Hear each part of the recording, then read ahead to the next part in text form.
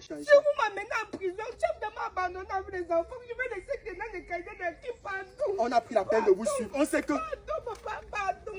Je vais demander les excuses à tous les gens qui pardon. Levez-vous et demandez les excuses. Pardon, je m'excuse. Levez-vous. Je m'excuse. Promettez que vous n'allez plus jamais parler sur Internet. Non, je ne vais plus parler. Je ne peux plus parler. Demandez pardon au peuple. Je demande pardon au peuple. Vous allez encore insulter les gens. Non, vous allez encore... Aïcha Kamoise avait déjà prédit son arrestation, je vous assure.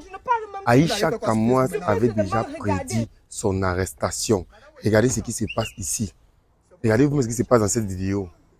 Elle avait déjà prédit son arrestation, mais elle ne savait pas. Voilà alors ça aujourd'hui. Donc, vous voyez bien que à l'issue de cette vidéo, à la fin de cette vidéo, on constate qu'elle a fini par demander pardon, elle a fini par demander des excuses, même à genoux. Et vraiment, on ne sait pas si c'est ce qui va se passer aujourd'hui, parce qu'on attend encore le verdict aujourd'hui. On attend le verdict aujourd'hui, ce jeudi. Mais Aïcha Kamoise avait déjà prédit comment ça devait se passer. Elle avait prédit son arrestation et elle avait prédit la fin de l'histoire. Vous voyez dans cette vidéo, elle demande pardon. Elle se met à genoux demandant pardon. Regardez. Madame Wete Aïcha. C'est vous, Madame Wete Aïcha, non? Oui, c'est moi. C'est toi. Madame Wete Aïcha. Oui. D'accord, ok. Madame Wete... fait quoi? Tu as encore fait quoi? Tu demandes ce que tu as fait. Donc, avec tout ce que tu parles sur Facebook, là, tu demandes ce que tu as fait. D'accord. Tu as l'habitude de parler sur Internet. Le tout, si tu as touché la personne qu'il ne fallait pas toucher. Oui. Voici ta convocation. Tu es convoqué au tribunal de Paris. Voilà. Quoi? Pourquoi, comment? Convoqué, papa? Oui, tu es convoqué au tribunal de Paris.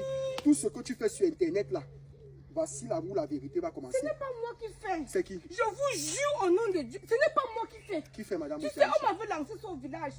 Tout ce que je fais même la bouche, ça sort pas les fesses. J'ai déjà tout fait pour arrêter le Congo. Ça, je n'arrive pas.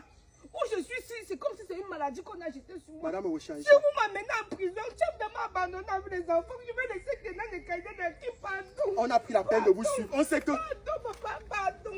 Je vais demander les excuses à tous les gens qui pardon. Levez-vous et demandez les excuses. Pardon, je m'excuse. Levez-vous. Je m'excuse. Promettez que vous n'allez plus jamais parler sur Internet. Non, je ne vais plus parler. Je ne peux plus parler. Demandez pardon au peuple. Je demande pardon au peuple. Vous allez encore insulter les gens. Non, vous allez encore... Je n'insulte pas, je parle des choses que je vois sur Facebook. Vous allez encore parler. Non, je ne parle même plus. Vous allez faire quoi sur Facebook je maintenant? peux seulement regarder. Et faire quoi? Et observer. C'est tout? C'est tout. Eh, Kaïdoudou, on je vais laisser Kaïdoudou à qui? Et jusqu'à présent, c'est toujours encore chaud sur les réseaux sociaux. Ça va dans tous les sens, c'est chaud sur la toile et tout. Je vais juste vous laisser écouter quelques réactions des réseaux sociaux et on revient. Elle est une mère, elle a des enfants, elle a besoin de retrouver ses enfants, mais ces personnes font une communication qui est contre Aïcha Kamoise, croyant la défendre. On va y revenir tout à l'heure. Alors aujourd'hui, il y a un certain nombre de choses qui ont été dites. Aïcha Kamoise a été présentée devant le procureur, je crois, 1 ou 2 fois. Et demain, jeudi, elle sera présentée pour la 3e fois. Et vous savez que la loi camerounaise prescrit que lorsque vous passez devant le procureur 3 fois, donc demain, il y a 2 choses.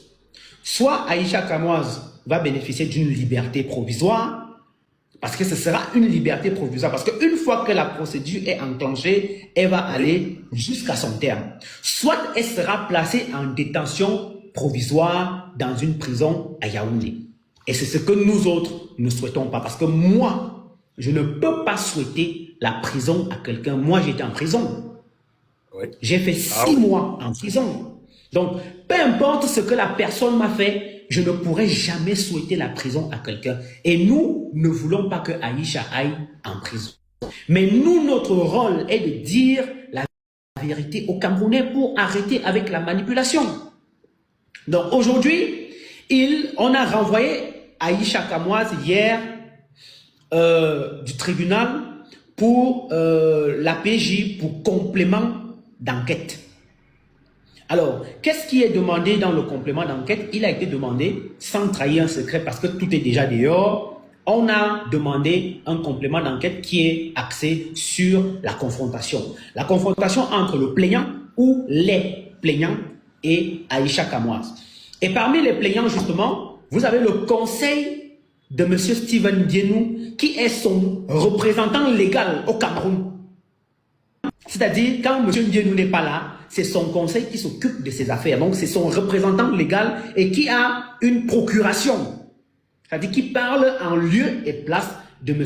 Ndienou. Et là, c'est que tu reconnaisses que je suis dans l'erreur.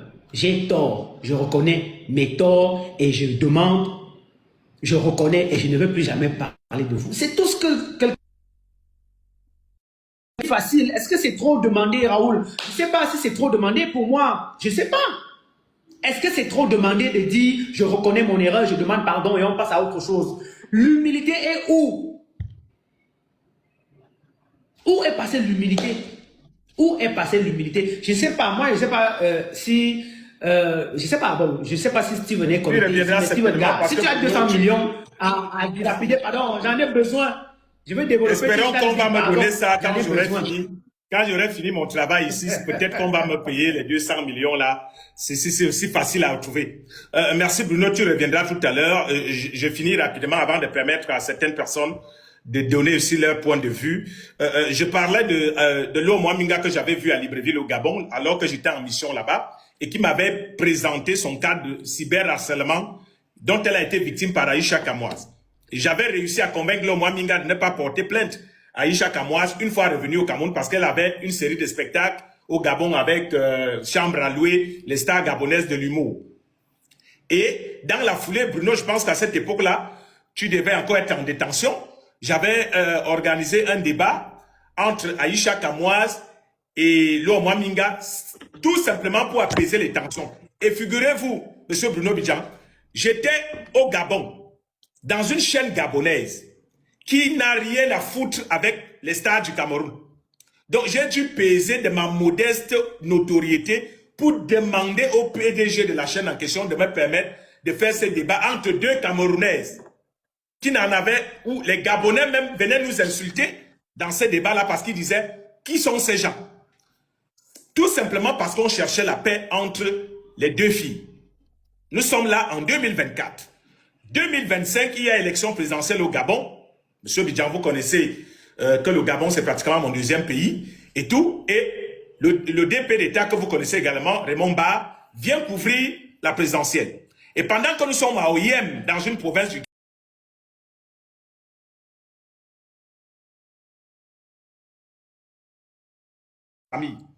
ce qui attire mon attention, et je me retourne vers lui, je lui demande, pourquoi demandes-tu le nom de famille d'Aïcha Kamoise? C'est comme ça que le DP d'État m'explique que Aïcha Kamoise l'a diffamé dans l'affaire Flavienne, si c'est Chaptek, bon, Blaine Flavienne, une comédienne.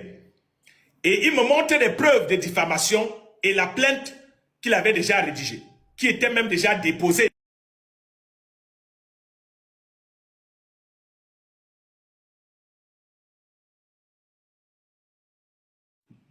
Je milite pour que DP d'État ait la clémence vis-à-vis d'Aïcha Kamoise et qu'il n'aille pas déposer plainte. Nous sommes à OIM, ceux qui connaissent le Gabon. Le DP d'État accepte de ne pas déposer plainte contre Aïcha Kamoise une fois retourné au Cameroun. Donc c'est pour dire aux gens que ça fait pratiquement 3 fois que j'interviens auprès des personnes que je connais. Je n'étais pas mis avec Lo Mwaminga avant d'intercéder auprès d'elle pour qu'elle ne porte pas plainte à Aïcha. Une façon de dire, monsieur Bruno Bidjan, que nous n'avons aucun intérêt à voir Aïcha dans des problèmes. Ceux qui pensent, monsieur Bruno Bidjan, que nous vivons à la solde des gens qui nous donneraient des perdièmes. Il y a une semaine encore, j'étais à Libreville. Me voici en Guinée. Quand je quitte la Guinée, je serai à Lomé. Ce n'est pas l'argent du Cameroun qui me paye les billets d'avion. Ce n'est pas le perdième du Cameroun que je gagne. Vous et moi avons monté Digital Bee. Nous n'avons reçu aucun fonds, aucune subvention pour monter Digital Bee. Tout l'investissement que tu as mis sur Digital Bee, tu n'as reçu aucun fonds. C'est pour dire aux gens, il ne faut pas qu'on ramène tout à l'argent. On ne doit pas tout ramener à l'argent parce que aujourd'hui, nous avons la possibilité, par la grâce de Dieu, d'avoir des facilités dans certaines choses que nous faisons. Mais cela ne veut pas dire que tout ce que nous faisons, c'est pas l'argent. Donc je voulais dire cela pour rassurer les pro-Aïcha, qui n'est pas ici un procès Aïcha contre Muriel Blanche ou contre Ndienou.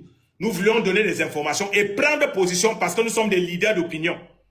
Nous sommes des leaders d'opinion et nous avons le droit de prendre position. Dans cette affaire, M. Bruno Bidjan, il y a une affaire dans l'affaire. L'affaire Uben Zona. Un ancien garde du corps de M. Steven Bienou. Uben Zona, donc je voulais rapidement vous faire le témoignage. Il m'avait approché en 2021. À l'époque, vous et moi travaillions à Vision 4. Et je venais de réaliser un reportage sur les 13 milliards de Wanisbet que 3 jeunes revendiquaient avoir gagné. Monsieur Zonan se rapproche de moi et veut me convaincre qu'on aille escroquer 50 millions à Monsieur Mbienou. À cette époque-là, je ne connaissais pas Monsieur Mbienou. Je ne le connaissais pas. Monsieur Zonan est venu me trouver à Vision 4. Il était au volant d'une Mercedes. Il a insisté à me voir. Je sors, je le rencontre au monde dans son véhicule.